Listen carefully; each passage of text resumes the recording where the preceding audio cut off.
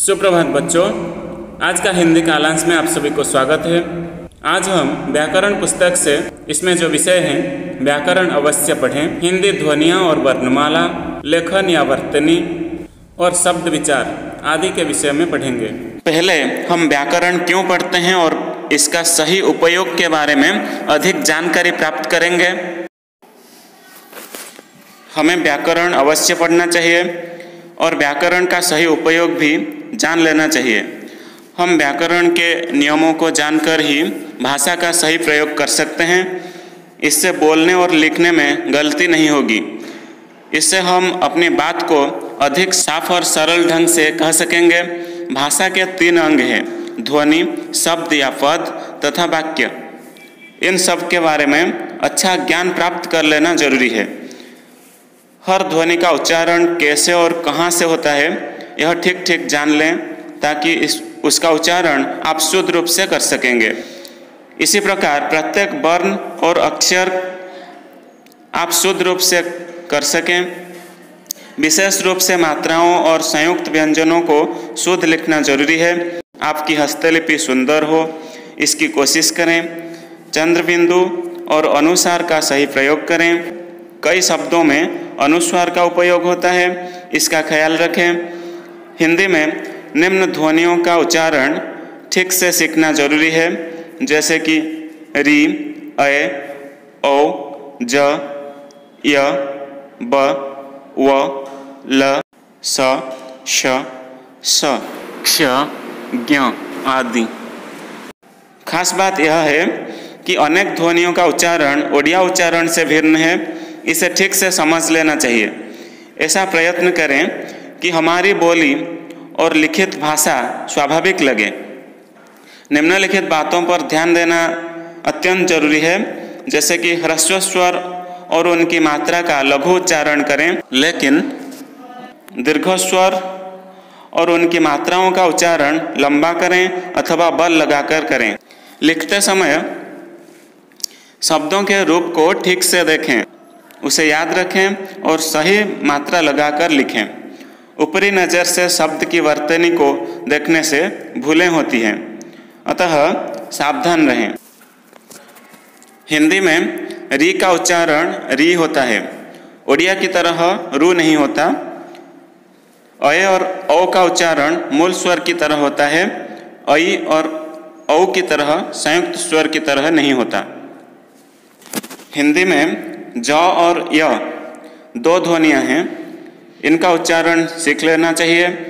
ओडिया की तरह हिंदी में एक और य ध्वनि नहीं है।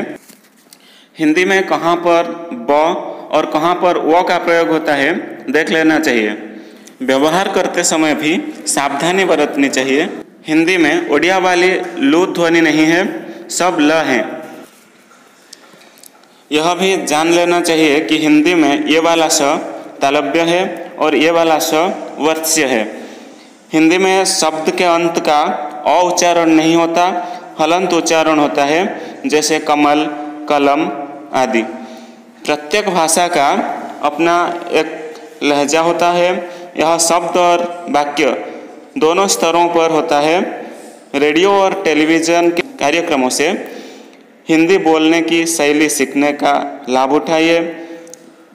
हिंदी बोलते समय वक्ता या कहने वाला कभी दीर्घ मात्राओं पर बल देता है तो कभी किसी शब्द पर।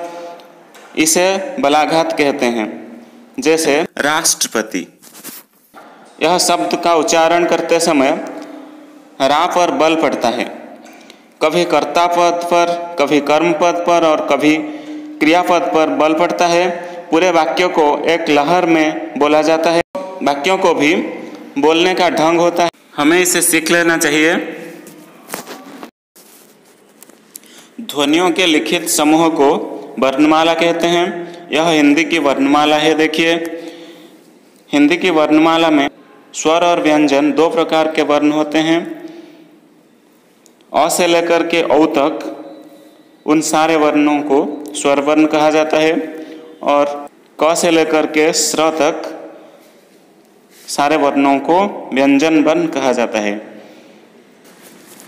और ये व्यंजन वर्ण भी 2 प्रकार के होते हैं, वर्गीय व्यंजन और संयुक्त व्यंजन। वर्गीय व्यंजन क से लेकर ह तक वर्गीय व्यंजन होते हैं। वर्गीय व्यंजन को 7 भाग में विभक्त किया गया है, जैसे कि क वर्ग व्यंजन, च वर्ग व्यंजन, ट वर्ग व्यंजन, त वर्ग व्यंजन, प वर्ग व्यंजन, अंत्यस्थ व्यंजन और ऊष्म व्यंजन। क वर्ग व्यंजन क, ख, ग, घ, ङ। च वर्ग व्यंजन च, छ, ज, झ, ञ। ट वर्ग व्यंजन ट, ठ, ड, ढ, ण, ड़, ढ। त वर्ग व्यंजन त, थ, द, ध, न। प वर्ग व्यंजन प, फ, ब, भ, म। अंतस्थ व्यंजन य, र, ल, व। ऊष्म व्यंजन तालव्य स, मूर्धन्य स, दंत्य स और ह। और संयुक्त व्यंजन क्ष, त्र, ज्ञ, श्र आदि। अनुसार और विसर्ग को अयोगवाह कहा जाता है।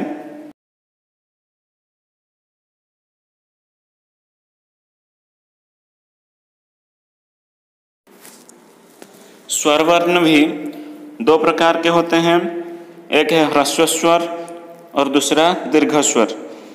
अ से लेकर री तक, जैसे कि अ, छोटी ई, छोटी ऊ और री आदि ह्रस्व स्वर वर्ण है, और आ, बड़ी ई, बड़ी ऊ, ए, ऐ, ओ, औ आदि दीर्घ स्वर होते हैं।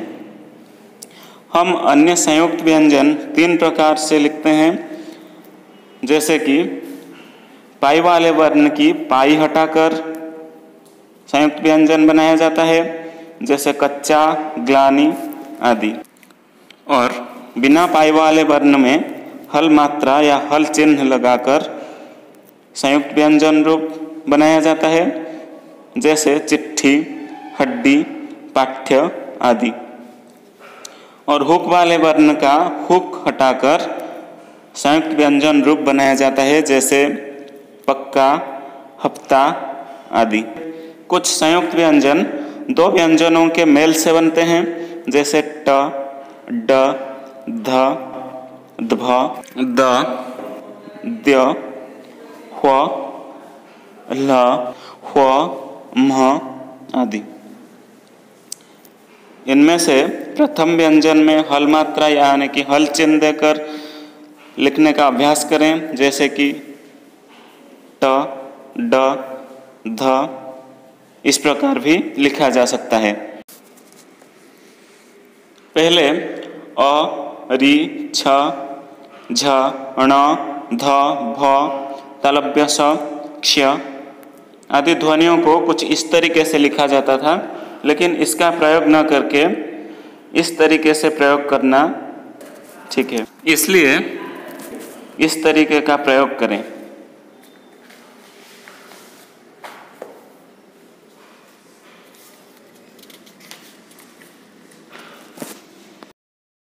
अब हम हिंदी लेखन या वर्तनी के बारे में जानेंगे। हिंदी लिखते समय हम सही लेखन या सही वर्तनी जान लेना जरूरी है, इसलिए लिखते समय हम निम्न बातों पर ध्यान देना चाहिए। हिंदी की ध्वनियाँ देवनागरी लिपि में लिखी जाती हैं। इन्हें लिखने का एक विशेष तरीका है। इन लिपियों को बाईं से दाहिने तथा ऊपर से नीचे लिखा जाता है। लिपियों को लिखते समय निम्न कुछ बातों पर ध्यान रखना चाहिए, जैसे कि खड़ी रेखा सीधी होती है और ऊपर से नीचे आती है। खड़ी रेखा बड़ी और मात्राएं छोटी होती हैं। मात्राएं खड़ी रेखा से ऊंचाई में कभी भी बड़ी नहीं होनी चाहिए। मात्राएं खड़ी रेखा की आधी ही होनी चाहिए। शिरोरेखा बाएं से दाहिने की ओर जाती है और एक शब्द के सभी वर्णों को जोड़ती है, किंतु जिन शब्दों में अ, आ, थ, ध, भ, स्र, क्ष और विसर्ग का प्रयोग होता है, वहाँ शिरोरेखा खंडित होती है। वर्ण को बनाने वाले गोल या अर्धगोल का आकार खड़ी रेखा का आधा या उससे कम ही हो सकता है। इस अर्धगोल को खड़ी रेखा के मध्य में ही जोड़ा जाना चाहिए। दो शब्दों की दूरी खड़ी रेखा की ऊंचाई के बराबर होनी चाहिए। लिखते समय इन सारे बातों पर ध्यान रखना जरूरी है। अब हम कारक चिन्ह के प्रयोग करके लेखन के बारे में जानेंगे। कारक चिन्हों को सर्वनाम शब्दों के साथ सटाकर और अन्य शब्दों से हटाकर लिखा जाता है। जैसे मैंने, यहाँ पर मैं एक सर्वनाम है, इसलिए कारक चिन्ह ने, इसका प्रयोग मैं के साथ सटाकर लिखा जाता है। जैसे मैंने, और उदाहरण है उसको, मैंने, उसको आदि सर्वनाम है, इसीलिए कारक चिन्ह का प्रयोग सटाकर लिखा गया है। लेकिन अन्य शब्दों के साथ कारक चिन्ह को शब्द से हटाकर लिखा जाता है। जैसे राम ने, नदी में आदि। अब हम जानेंगे हल चिन्ह का लेखन किस तरीके से होता है। शब्दांत में अ का लोप हिंदी की प्रवृत्ति है। हिंदी में शब्द के अंत में हल चिन्ह नहीं दिया जाता, लेकिन संस्कृत के जो शब्द मूलतः हल चिन्ह युक्त हैं उनमें यह चिन्ह लगाना अनिवार्य है। जैसे भविष्यत, पृथक, विधिवत, सत, जगत, प्राक आदि। अब हम ड ढ का लेखन के बारे में जानेंगे। निम्न स्थितियों में ड ढ का प्रयोग होता है। जैसे कि शब्द के आरंभ में, जैसे डाली, डमरू, ढोल, ढक्कन। संयुक्त अक्षर में जैसे लड्डू, उड्डयन, बुढ़ा। उपसर्ग के बाद जैसे सुडोल, बेढंग, निढाल आदि। अंग्रेजी से आए शब्दों में जैसे रेडियो, पैड आदि। लेकिन निम्न स्थितियों में ड ढ का प्रयोग होता है। जैसे शब्द के मध्य में, जैसे पड़ताल, छोड़ना, कढ़ी, बढ़ना आदि। शब्द के अंत में जैसे जड़, रगड़, बाढ़, अनपढ़ आदि। अब हम र का लेखन के बारे में जानेंगे। र के 4 रूप होते हैं, कुछ इस तरीके के देखिए। र के पूर्व कोई व्यंजन न हो तो र पूरा लिखा जाता है। अगर र के पूर्व कोई व्यंजन का प्रयोग नहीं हुआ है तो र पूरा लिखा जाता है। जैसे रज, सरस, सार आदि। र के पूर्व पाई वाला व्यंजन हो तो र का रूप इस तरीके से लिखा जाता है। जैसे क्र, ग्र, प्र, ब्र, स्र आदि। र के पूर्व तालव्य स हो तो उसका रूप स्र होता है, इस तरीके से लिखा जाता है। देखिए, र के पूर्व बिना पाई वाला व्यंजन हो तो र का कुछ इस तरीके से लिखा जाता है। र का रूप इस तरीके से लिखा जाता है। देखिए, जैसे छ्र, ट्र, ड्र, ये सब बिना पाई वाला व्यंजन है, इसलिए र का रूप इस तरीके से लिखा जाता है। र के बाद में कोई व्यंजन हो तो र का इस तरीके से रूप लिखा जाता है। देखिए, जैसे कोणार्क, आर्य, अर्थात, स्वर्ग आदि। अब हम दीर्घई यानी कि ई, ए यानी कि ये का लेखन के बारे में जानेंगे। कुछ शब्दों के 2 रूप मिलते हैं। जैसे नई, नई। पहले जो नई लिखा गया है, यहाँ पर य में दीर्घई की मात्रा लगी हुई है, और दूसरा जो नई लिखी हुई है इसमें ई के स्थान पर दीर्घई लगी हुई है। य के साथ दीर्घई के मात्रा के बदले यहाँ केवल दीर्घई का प्रयोग हुआ है। ठीक उसी तरह गए, गए। यहाँ पर पहले जो गए लिखा गया है, यहाँ पर य में ए की मात्रा लगी हुई है, और बाद में जो गए लिखा गया है वहाँ पर य के साथ ए की मात्रा के बदले केवल ए का प्रयोग हुआ है। ठीक उसी तरह कीजिए, कीजिए, दिए, दिए आदि। इस तरह हम 2 प्रकार लिख सकते हैं। ध्यान दीजिए कि यहाँ कभी य श्रुति का प्रयोग हुआ है और कभी नहीं हुआ है। नई में यह है, लेकिन नई में केवल स्वर ध्वनि है। आजकल स्वरात्मक यानी ई, ए रूप ही प्रयोग में आते हैं। हमें इसे अपनाना चाहिए, हमें भी इस तरीके से लिखना चाहिए। यह भी ध्यान दीजिए कि कुछ शब्दों के मूल अंश के रूप में यह प्रयुक्त होता है, जैसे स्थायी, दायित्व, अव्ययीभाव आदि। ऐसे स्थानों में यह रहता है। याद रहे कि गया का गवा, दिया का दिया रूप नहीं हो सकता। अब हम इस तरीके से दो प्रकार के स्क के लेखन और इनके प्रयोग के बारे में जानेंगे। तत्सम शब्दों में अ और आ के बाद स्क तथा अन्य स्वरों के बाद स्क लिखा जाता है। अगर अ और आ के बाद स्क आता है तो इसका दंत्य हो जाता है, और अगर अन्य स्वरों के बाद स्क आता है तो इसका मूर्धन्य स लिखा जाता है, जैसे पुरस्कार, यास्क, भास्कर, अयस्कांत आदि। इन सारे शब्दों में अ और आ के बाद ही स्क आता है, इसीलिए इसका दंत्य स्क हुआ है। लेकिन परिष्कार, कनिष्क, निष्कर, पुष्कर आदि शब्दों में अन्य स्वरों के बाद ही स्क आता है, इसीलिए इनका प्रयोग इस तरीके से होता है। देखिए, मूर्धन्य स के बाद क लिखा जाता है, स्क होता है। देखिए, परिष्कार, कनिष्क, निष्कर और पुष्कर आदि। अब हम वाला का प्रयोग के बारे में जानेंगे। वाला शब्द का प्रयोग किस तरीके से होता है, इसके बारे में जानेंगे। जैसे संज्ञा के साथ योजक प्रत्यय के रूप में आते समय वाला को मिलाकर लिखा जाता है, जैसे टोपी वाला, गांव वाला आदि। लेकिन क्रिया के साथ वाला अलग से लिखा जाता है।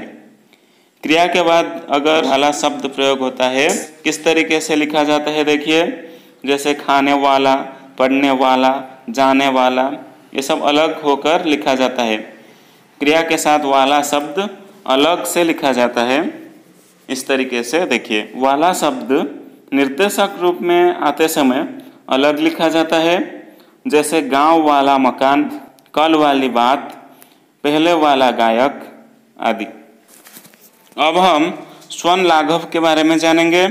जिन तत्सम शब्दों में 3 व्यंजनों का संयोग होता है, वहाँ हिंदी में एक द्वित्वमूलक व्यंजन लुप्त हो जाता है, जैसे अर्ध, अर्ध, परिवर्तन, परिवर्तन, कर्ता, कर्ता, परिवर्धन, परिवर्धन। अब हम शब्द विचार के बारे में जानेंगे। हिंदी में शब्द का निर्माण कई तरह से होता है। इनमें मुख्य साधन है उपसर्ग, प्रत्यय, संधि, समास और आवृत्ति। इसी प्रकार संज्ञा शब्द से विशेषण, विशेषण से संज्ञा, क्रिया से क्रियार्थक संज्ञा, धातु से संज्ञा और विशेषण की रचना भी संभव होती है। आगे इन पर विचार किया जा रहा है। सार्थक ध्वनियों या ध्वनि समूहों को शब्द कहते हैं। स्रोत के आधार पर हिंदी का शब्द भंडार 4 प्रकार के शब्दों से भरा है। वे हैं तत्सम शब्द, तद्भव शब्द, देशज शब्द और विदेशी शब्द। पहले हम जानेंगे तत्सम शब्द क्या है। तत्सम का अर्थ होता है उसके समान, अर्थात संस्कृत के समान। संस्कृत के जो शब्द हिंदी में ज्यों वे त्यों प्रयोग हुए हैं, उन्हें तत्सम शब्द कहा जाता है। जैसे अंधकार, अग्नि, अर्ध, अष्ट, अश्रु, आश्चर्य, उज्ज्वल, एकत्र, ओष्ठ, कर्ण, काष्ठ, कूप, क्षेत्र, ग्राम, चूर्ण, जिह्वा, ज्येष्ठ, दंत, दुग्ध, मयूर, रात्रि, वायु, व्याघ्र, सर्प, हस्त आदि। अब हम जानेंगे तद्भव शब्द किससे कहते हैं। तत् और भव के योग से तद्भव बना है, अर्थात उससे यानी कि संस्कृत से उत्पन्न। संस्कृत के जो शब्द पाली, प्राकृत, अपभ्रंश आदि भाषाओं से होते हुए कुछ परिवर्तनों के साथ हिंदी में आए हैं, उन्हें तद्भव शब्द कहते हैं। जैसे अंधेरा, आग, आधा, आठ, आंसू, अचरज, उजला, इकट्ठा, ओंठ, कान, काठ, कुआं, खेत, गांव, चूरा, जीव, जेठ, दांत, दूध, मोर, रात, बयार, बाघ, सांप, हाथ आदि। अब हम जानेंगे देशज शब्द क्या है। अपने देश के ग्रामीण क्षेत्रों में जनजातियों में व्यवहृत शब्द देशज कहलाते हैं। इनमें आदिवासी भाषाओं, द्राविड़ भाषाओं तथा हिंदी के अपने ढंग से बनाए गए शब्द होते हैं। जैसे कुल, संथाल आदि भाषाओं से आर्य शब्द कदली यानी कि केला, कपास, कोड़ी, गज यानी कि हाथी, टिंडा, तोरी, तांबुल, परवल, बाजरा, भिंडी, मिर्च, सरसों आदि। द्रविड़ भाषाओं से आए शब्द जैसे कि उखल, कज्जल यानी कि काजल, काच, कुटी, कुंड, कुदाल, केतकी, कोण, घूण, चिकना, चंदन, चूड़ी, ताला, दंड, नीर, पिंड, बल, माला, मीन, मुकुट, शव आदि। हिंदी के अपने बनाए गए शब्द भी हैं, जैसे अंडबंड, उटपटांग, कड़क, किलकारी, खचाखच, खटपट, खराट्टा, खलबली, गड़गड़ाहट, चटपटा, चाट, चिड़चिड़ा, चुटकी, छिछला, झंकार, टुच्चा, धमक, पटाखा, पापड़, भभक, भोंपू, मुस्टंडा, कटकटाना, खटखटाना, खुरचना, घुड़कना, सनसनाना, हिनहिनाना आदि। अब हम जानेंगे विदेशी शब्द किससे कहते हैं। ये बाहर के देश की भाषाओं के शब्द हैं।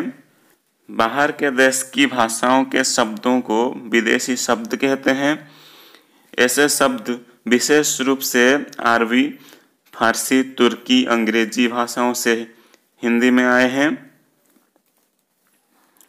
जैसे अरबी शब्द जैसे कि अल्लाह, अदालत, इम्तिहान, इरादा, ईद, औरत, किताब, जिला, तहसील, तारीख, बुनियाद, मजहब, मुकदमा, साफ, सिफारिश, हलवाई आदि। फारसी शब्द जैसे अगर, आराम, आफत, आमदनी, आमदनी, आवारा, आसमान, आईना, कारीगर, कुर्ता, खुश, गंदा, गवाह, चालाक, जलेबी, जुलाहा, जुकाम, तेज, दफ्तर, दर्जी, बरामदा, बुखार, बुलबुल, बेकार, मकान, मजदूरी, मुश्किल, मेहनत, समोसा, साल आदि। तुर्की शब्द जैसे उर्दू, काबू, कुच, कुली, कैंची, खंजर, गलीचा, चाकू, चेचक, चम्मच, तोप, दरोगा, बहादुर, बारूद, बेगम, लाश, सराय आदि। पुर्तगाली शब्द जैसे अनायास, आलमरी, आल्पिन, कोको, कमीज, गमला, गोभी, गिरजा, चाभी, तौलिया, नीलम, पपीता, पाव रोटी, पेड़ा, पादरी, फालतू, बाल्टी, मेज आदि।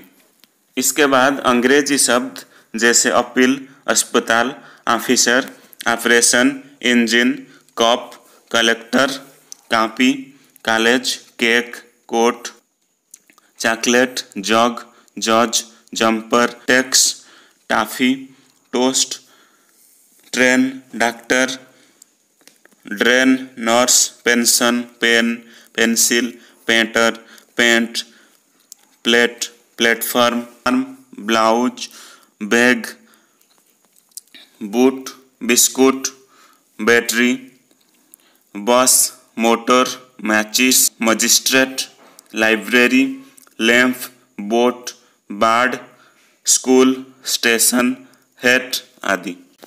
अब हम अर्थ के आधार पर शब्द के बारे में जानेंगे। हिंदी का शब्द भंडार निम्न प्रकारों का है, जैसे कि अनेकार्थी शब्द, समानार्थी शब्द यानी कि पर्यायवाची शब्द, विलोम या विपरीतार्थक शब्द, भिन्नार्थक शब्द, अनेक शब्दों के लिए एक शब्द, सूक्ष्म अर्थभेद वाले शब्द आदि। इनके कुछ उदाहरण दिए जा रहे हैं। देखिए, पहले हम कुछ अनेकार्थी शब्द के बारे में जानेंगे और इसका अर्थ भी जानेंगे। यहाँ कुछ शब्द दिए गए हैं और उनके अनेक अर्थ भी दिए गए हैं। देखिए, अंग का अनेक अर्थ है अवयव और भाग।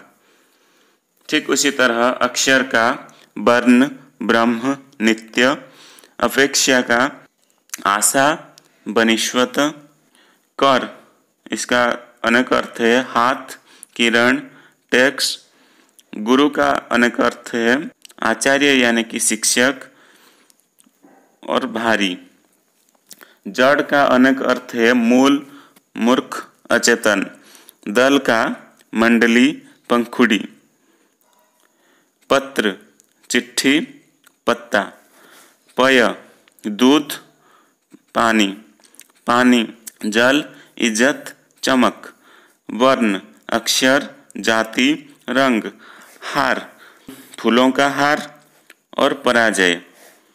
ठीक उसी तरह हल का खेती करने का हल और समाधान, अंबर का आकाश और कपड़ा, अकाल का दुर्भिक्ष और असमय, आम इसका अनेक अर्थ है एक फल और सामान्य, कुल वंश सब, गोली औषधि बंदूक की गोली, जीवन इसका अनेक अर्थ है जल और प्राण, पक्ष पंख, 15 दिन और, पद इसका अनेक अर्थ है पैर, उपाधि, कविता का पद आदि, पृष्ठ इसका अनेक अर्थ है पीठ, पन्ना, भूत का अनेक अर्थ है भूतकाल, प्रेत, प्राणी, सर इसका अनेक अर्थ है सिर, तालाब, फल अनेक अर्थ है पेड़ का फल और नतीजा यानी कि परिणाम। अब हम कुछ शब्दों के समानार्थी शब्द यानी कि पर्यायवाची शब्द के बारे में जानेंगे। यहाँ पर कुछ शब्द दिए गए हैं और उनके पर्यायवाची शब्द भी दिए गए हैं। देखिए, अग्नि का पर्यायवाची शब्द है आग, पावक, हुतासन, अनल, अंधकार का अंधेरा, तिमिर, तम, अंधियारा, अमृत का अमीय, सुधा, पीयूष, असुर का दनुज, दानव, दैत्य, निशाचर, राक्षस, आँख का चक्षु, दृग, नयन, नेत्र, लोचन, आकाश का अंबर, आसमान, गगन, व्योम, नभ, अंतरिक्ष, कपड़ा का चीर, वसन, दुकुल, पट, कमल का पंकज, जलज, अरविंद, कमल, पद्म, सरोज, किनारा का कगार, तट, तीर, गर्व का समानार्थी शब्द अभिमान, अहंकार, घमंड, दंभ, गणेश का गजानन, गणपति, लंबोदर, विनायक, घर का आलय, गृह, भवन, निलय, सदन, घोड़ा का अश्व, घोटक, तुरंग, बाजी, हय, चंद्रमा का इंदु, चंद्र, चांद, निशाकर, शशांक, शशि, सुधाकर, चतुर का कुशल, दक्ष, निपुण, पटु, प्रवीण, जल का अम्बु, उदक, तोय, नीर, पानी, बारी, सलिल, पय, दिन का दिवस, दिवा, वासर। देह का काया, तन, शरीर, वदन। ध्वजा का केतु, पताका, झंडा, निशान। नदी का सरिता, तटिनी, तरंगिणी। नाव का नौका, तरणी। पक्षी का खग, चिड़िया, विहंग, विहग। पत्नी का अर्धांगिनी, अर्धांगिनी, दारा, भार्या, सहधर्मिणी। पत्थर का पाषाण, प्रस्तर, उपल। पवन का मरुत, वायु, समीर, हवा। ठीक उसी तरह पर्वत का समानार्थी शब्द है गिरि, नग, पहाड़, शैल। पृथ्वी का अवनी, धरा, धरती, भू, भूमि, वसुधा, वसुंधरा। बगीचा का उद्यान, उपवन, वाटिका, फुलबाड़ी। बंदर का कपि, बानर, मरकट। बादल का घन, जलद, जलधर, निरद, मेघ, पयोद, बारिद आदि। बिजली का चपला, तड़ित, दामिनी, सौदामिनी। भौरा का अली, भ्रमर, मधुकर, मधुप। मछली का मीन, मत्स्य, झस। मनुष्य का आदमी, इंसान, मनुज, मानव, व्यक्ति। महादेव का त्रिलोचन, महेश्वर, शंकर, शंभु, शिव, हर। मित्र का दोस्त, बंधु, सखा, साथी, सुहृद, स्वजन। माता का माँ, अम्बा, जननी, धात्री। राजा का नरपति, नरेश, नरेंद्र, नृप, भूप, भूपाल, सम्राट। रात का यामिनी, रजनी, रात्रि, विभावरी। वन का अरण्य, कानन, जंगल, विपिन। विष्णु का हरि, केशव, नारायण, चतुर्भुज। वृक्ष का तरु, द्रुम, पादप, पेड़। शत्रु का अरि, दुश्मन, रिपु, बैरी। संसार का जग, जगत, भव, लोक, विश्व। समुद्र का रत्नाकर, वारिधि, सागर, सिंधु। सर्प का अहि, नाग, उरग, भुजंग, फणी, सांप, विषधर। स्त्री का औरत, अबला, नारी, महिला, वनिता, बामा। सुगंध का खुशबू, महक, सौरभ, सुरभि। सूर्य का आदित्य, दिनकर, भानु, भास्कर, रवि, दिवाकर, अर्क। सोना का कनक, कुंदन, स्वर्ण, हेम। हाथी का कुंजर, करी, गज, नाग, हस्ती, मतंग। अब हम कुछ विपरीतार्थक शब्द या विलोम शब्द जानेंगे। जैसे आस्तिक, इसका विलोम शब्द है नास्तिक।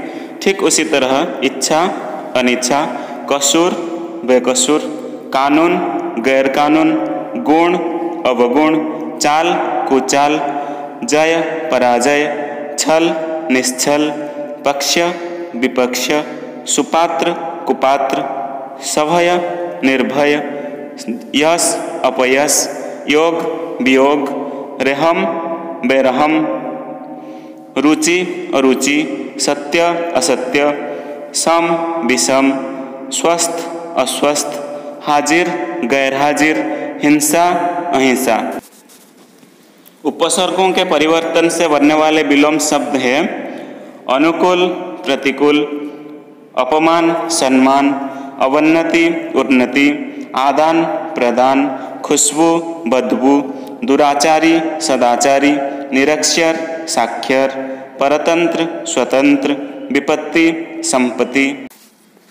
ऊपर, नीचे, आगे, पीछे, अंधकार, प्रकाश, सूखा, गीला, कड़वा, मीठा, संयोग, वियोग, सजीव, निर्जीव, सज्जन, दुर्जन, सदय, निर्दय, सदाचार, दुराचार, सरस, नीरस, सुकर्म, कुकर्म या दुष्कर्म, सुगंध, दुर्गंध, सुमति, कुमति, सुमार्ग, कुमार्ग, सुलभ, दुर्लभ, स्वाधीन, पराधीन। अब हम कुछ भिन्न शब्दों के प्रयोग से बनने वाले विलोम शब्द के बारे में जानेंगे, जैसे अच्छाई, बुराई, अल्पायु, दीर्घायु, अंदर, बाहर, उत्तम, अधम, उदय, अस्त, उदार, अनुदार या कृपण, ऊंचा, नीचा, एड़ी, चोटी, ऐच्छिक, अनिवार्य, कच्चा, पक्का, कठिन, सरल, कठोर, कोमल, खरा, खोटा, खराब, अच्छा, गंदा, साफ, गरीबी, अमीरी, गलत, सही, छाह, धूप, जंगम, स्थावर, जड़, चेतन, ठंडा, गर्म, थोड़ा, बहुत, दक्षिण, उत्तर, दरिद्र, धनी, दुख, सुख, देव, दानव, दोष, गुण, नफा, नुकसान,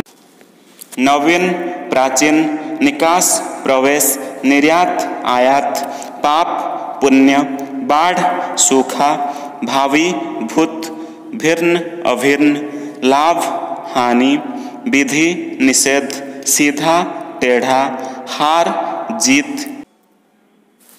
अब हम कुछ भिन्नार्थक शब्दों को जानेंगे। प्रायः एक शब्द को थोड़े भिन्न हिज्जे में लिखने से उनमें अर्थ का अंतर हो जाता है। ऐसे कुछ शब्दों की सूची नीचे दी गई है, देखिए। अगम, इसका अर्थ है दुर्गम। आगम, इसका अर्थ है शास्त्र। ठीक उसी तरह अचल, पर्वत, अचला, पृथ्वी। अनल, आग, अनिल, हवा। अर्ण, अनाज, अन्य, दूसरा। अपेक्षा, आशा या तुलना में। उपेक्षा, निरादर। अमित, बहुत। अमित, शत्रु। अली, भौरा। अली, सखी। अवधि, समय। अवधि, एक भाषा। अवलंब, सहारा। अविलंब, शीघ्र। अवस, लाचार। अवश्य, जरूर। असन, भोजन। आसान, बैठने का आधार। आकर, भंडार। आकार, रूप या ढांचा। आदि, वगैरह।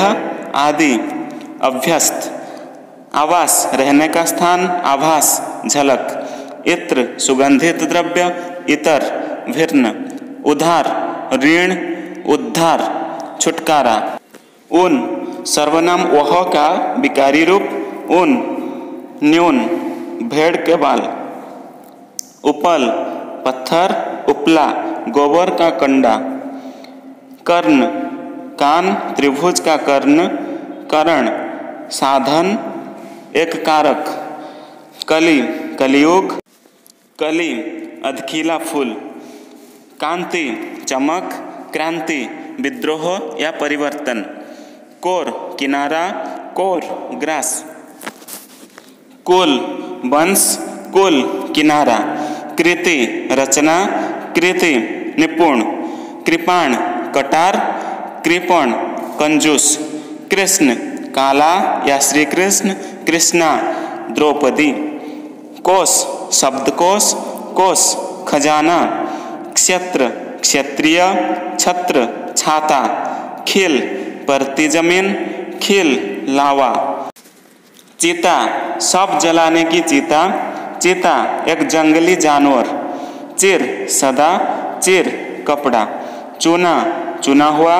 चूना, सीप से प्रयुक्त ख्यार। चैन, जंजीर। चैन, आराम। जगत, संसार। जगत, कुएं का चौतरा। जरा, बुढ़ापा। जरा, थोड़ा। जलद, बादल। जलज, कमल। तरंग, लहर। तुरंग, घोड़ा। तरणी, सूर्य। तरणी, नाव। 30, 30 की संख्या। 30, कसक या पीड़ा। दारू, लकड़ी। दारू, शराब। दिन, दिवस। दिन, गरीब। द्वीप, हाथी। द्वीप, टापू या पानी के बीच। दिया, देना क्रिया का एक रूप। दिया, दीपक। धूल, धुलना क्रिया का रूप। धूल, रज। नियत, निश्चित। नियत, स्वभाव या इरादा। नीरज, कमल। निरद बादल। ठीक उसी तरह निशान चिन्ह, निशान झंडा। नीति न इति जिसका अंत नहीं है, नीति मथानी की रस्सी। परिच्छद पोशाक, परिच्छेद अभ्यास।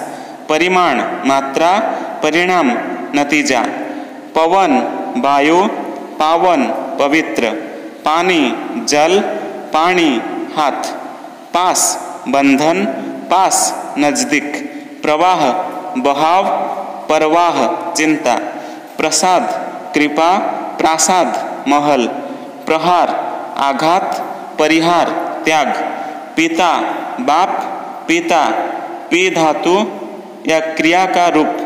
फुट नापने की इकाई, फुट बैर यानी कि एक फल। फाका अनाहार, फांका फांकने की क्रिया। फला अमुक, फलांग छलांग। बदन शरीर, वदन मुख। वन बनना क्रिया का एक रूप। वन जंगल। बहन भगिनी, वहन ढोना। बात वचन, वात हवा। बार दफा, वार चोट यानी कि सप्ताह के वार, सोम मंगल आदि। बारिश वर्षा, वारिस समुद्र। बोना बिखेरना, बोना छोटा या ठिगने कद का। भीड़ बड़े, भीड़ समूह। मिल मिलना क्रिया का रूप, मिल रास्ते का नाप। मेल मिलन, मैल मल या गंदगी। मोर मयूर पक्षी, मोर मुकुट। रग नस, रंग वर्ण। राज शासन, राज रहस्य। लक्ष्य लाख, लक्ष्य उद्देश्य। विष कमल का डंठल, विष जहर। विस्मय जहरीला, विस्मय आश्चर्य। शंकर शिव, शंकर मिश्रित। शील चरित्र, शील शीला। शिवा शिव की पत्नी पार्वती, शिवा अजगर। शोक मन की पीड़ा, शोक व्यसन। सूची पवित्र, सूची सुई या विषय क्रम। शत्रु दुश्मन, शत्रु वर्ष या निश्चित समय। सर बाण, सर सिर या तालाब। शस्त्र हथियार, शास्त्र सिद्धांत ग्रंथ। साला घर, साला पत्नी का भाई। शुल्क फीस यानी कि टैक्स। शुक्ल सफेद यानी कि उज्जवल। शीशा कांच, शीशा एक धातु। सुकर सुअर जो कि एक जानवर है, सुकर आसानी से होने वाला। सुर सूर्य, सुर देवता। समान बराबर या तरह। सामान सामग्री। सास पति या पत्नी की माँ, सांस नाक से हवा लेना या छोड़ना। सूत बेटा, सूत धागा या सारथी। सुधि स्मरण, सुधि विद्वान। सुख आनंद, सूखा अकाल। सैर एक तौल, सैर भ्रमण या घूमना। हरि विष्णु, हरि हरे रंग की। हल एक मात्रा, हल खेत जोतने का औजार। हंसी हंसने की क्रिया, हंसी मादा हंस जो कि एक पक्षी है। अब हम कुछ अनेक शब्दों के लिए एक शब्द जानेंगे। जैसे पहले जन्म लेने वाला, इसको कहा जाता है अग्रज। ठीक उसी तरह जिसके समान कोई दूसरा न हो, इसे कहा जाता है अद्वितीय। जिसे टाला न जा सके, अनिवार्य। जो पढ़ा लिखा न हो, अनपढ़। जिसके माता पिता न हो, अनाथ। पीछे या बाद में जन्म लेने वाला, अनुज। जिसकी उपमा न हो, अनुपम। जो कभी नहीं मरता, अमर। जिसका वर्णन न किया जा सके, अवर्णनीय। जो अवश्य हो, अवश्यंभावी।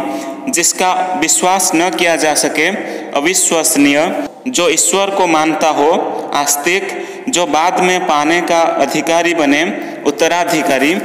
जो काम से जी चुराता हो, कामचोर। जो किए गए उपकार को माने, कृतज्ञ जो किए गए उपकार को न माने, कृतघ्न, गुप्त रखने योग्य, गोपनीय, घर से संबंधित, घरेलू, दूसरे की निंदा करने वाला, निंदक आदि। अब हम कुछ ध्वनिबोधक शब्द जानेंगे, जैसे कि प्राणियों की ध्वनि के आधार पर शब्द, जैसे कौवे का शब्द होता है काऊ काऊ करना, ठीक उसी तरह बंदर किकियाना, मुर्गा कुकुड़ कू करना, मोर कुहकना या कैंकना, कोयल कूकना, हंस कूजना, भालू खों खों करना, भौरा गुंजारना, कबूतर गुटर गूं करना, बाघ गुराना, उल्लू घुघुआना, चिड़िया चहचहाना, हाथी चिंघाड़ना, चूहा चों चों करना, झिंगुर झंकारना, मेढक टर टर करना, तोता टें टें करना, सांड डकारना, शेर दहाड़ना, पपीहा पी पी करना, सांप फुफकारना, ऊंट बलबलाना, कीड़े बिलबिलाना, मक्खियाँ भिनभिनाना, कुत्ता भौंकना, बकरी या भेड़ मिमियाना, बिल्ली म्याऊं म्याऊं करना, गाय रंभाना, गधा रेंकना, घोड़ा हिनहिनाना, सियार हुआ हुआ करना। अब हम वस्तुओं की ध्वनि के आधार पर कुछ शब्द जानेंगे, जैसे दांत की ध्वनि है कटकटाना, ठीक उसी तरह दरवाजा खटखटाना, पत्ता खड़खड़ाना, चुड़ियाँ खनखनाना, बादल गड़गड़ाना या घुमड़ना या गरजना, पायल छनछनाना, लकड़ी चटचटाना, पंख फड़फड़ाना, जूते चरमराना, झरना झरझर करना, घड़ी टिक टिक करना, बर्तन ठनठनाना, बंदूक दंदनाना, दिल धड़कना, पीठ थपथपाना, हवा सनसनाना। अब हम दृश्य के अनुकरण के आधार पर कुछ ध्वनिबोधक शब्द जानेंगे, जैसे बिजली, इसका ध्वनिबोधक शब्द होगा चमकना, ठीक उसी तरह धूप का ध्वनिबोधक शब्द होगा चिलचिलाना, तारे झिलमिलाना, दीपक टिमटिमाना, नाव डगमगाना, जिभ लपलपाना, खेत लहलहाना आदि। तो बच्चों, आशा है कि आप सब व्याकरण का इन सारे विषयों को अच्छी तरह से समझ गए होंगे। धन्यवाद।